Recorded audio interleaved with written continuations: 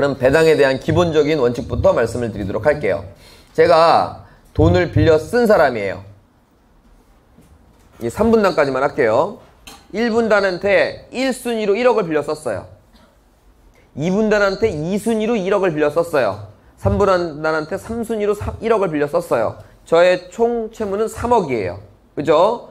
내 담보를 제공하고 빌려줬기 때문에 모두 다 1순위 근저당, 2순위 근저당, 3순위 근저당을 잡아 놓으셨을 거예요. 그죠? 자, 그러면 낙찰가가 1억 5천이에요. 그러면 그냥 순서대로 주는 게 원칙이에요. 1억 주고 배당. 여기 얼마 줘요? 5천 주고, 여기는 한 푼도 없죠. 빵원 주고. 이런 게 원칙입니다. 그게 배당의 원칙이다. 순서대로 주는 것이다. 근데 여기에 이제 또 다른 의문을 갖죠. 2분단 5천 못 받았죠. 3분단 1억 못 받았죠. 이 사람들 억울해서 어떡하니? 맞죠? 돈 빌려주고 못 받으면 억울하죠? 자, 억울하지만 여러분들, 우리 집이요 1억 5천짜리 집이에요. 예를 드는 거예요. 1억 5천짜리 집인데 등기를 떼보니까 근저당권이 1억 5천이에요. 근데 전세가 1억 5천이야. 여러분들이 그냥 무시하고 들어와 살았어. 1억 5천 주고. 그걸 안타깝다고 해야 돼요? 물론 안타까울 수도 있죠. 하지만 그걸 안타깝다고 생각하기 시작하면 이 사람도 돈 줘야겠죠? 그죠? 후순위도 보장해 줘야겠죠? 그러면 이 경제나 사회가 어떻게 될까요? 돈을 다 빌려놓고 또 여기다 가짜 근저당권이나 뭐 만들어 나갔고 여기서 또 받아가겠죠? 그럼 누군가는 또 피해보겠죠? 더 정당한 사람이 피해볼 거란 말입니다. 이게 사실이어도 이건 억울한 게 아니라 속된 말로 멍청한 거예요. 아, 이거 3분단이 실제 그렇다는 게 아니에요. 네. 이미 가치만큼 돈을 빌려 쓴 거를 전세를 들어갔거나 돈을 빌려준 거 아닙니까? 그것까지 뭐 사회적으로 법으로 보장해 준다면 이건 굉장히 혼돈에 빠질 겁니다. 그래서 언뜻 들으면 억울한 것 같지만 그건 억울한 게 아니에요. 무슨 얘기인지 아시겠죠? 그래서 후순위는 안 주는 겁니다. 좀 전에도 얘기했지만 후순위 누군가를 뭔가를 보장해주는 제도가 있다면 누군가는 피해를 볼 거고, 그러면 이 돈을 빌려주고 빌려 쓰는 그런 자유로운 경제사회도 없어질 거예요. 엉망이 되겠지 뭐 한마디로. 그래서 그냥 순서대로 준다. 이게 배당의 원칙이에요. 그럼 여러분들이 돈을 빌려줄 때는 전세 들어가는 거랑 똑같은 거죠.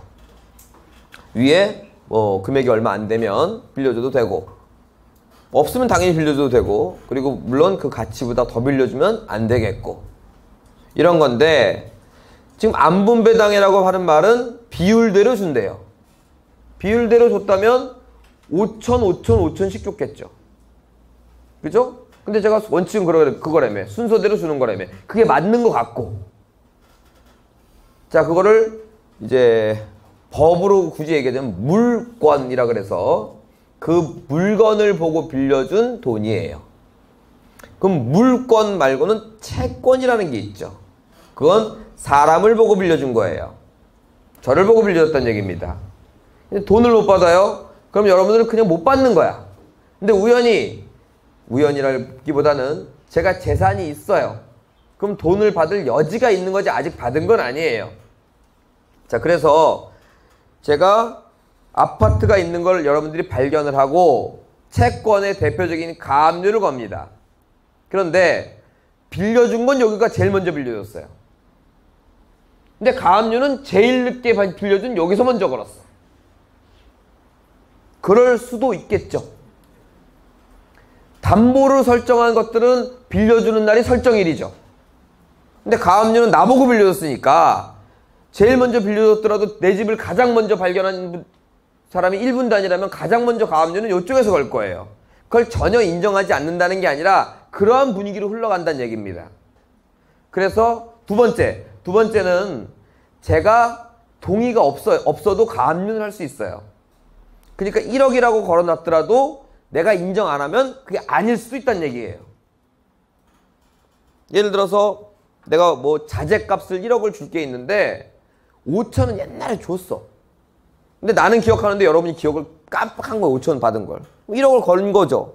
그럼 내가 시비를 걸면 아 맞다 5천원 받았다 이렇게 될 수도 있는 거 아닙니까? 난 가만히 있으면 그 등기에는 가압류 1억이라고 찍힌다는 얘기입니다. 일방적이고 순서가 정해지지 않다.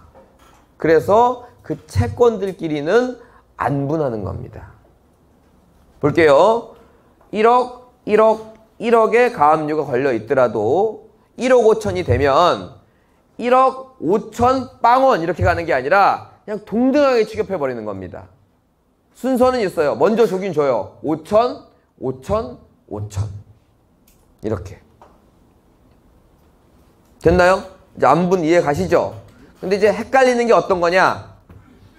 가압류하고 근저당과 섞여 있는 경우야. 볼까요? 가압류, 근저당, 가압류 이렇게 되는 거죠. 이 근저당권자는 물건이기 때문에 물건 보고 빌려준 건 맞죠? 맞는데 이미 이 5천이 있는 거 알고 빌려줬죠? 그럼 그 가치만큼 나름 빼고 빌려줬겠죠? 그래서 순위가 아예 중요하지 않다는 건 아니에요. 하지만 1억 5천짜리를 여기는 1억 5천 있는 거 알고 가압류한 거죠? 그죠? 근데 얘는 채권이고 얘는 물건이니까 이렇게 하는 거예요.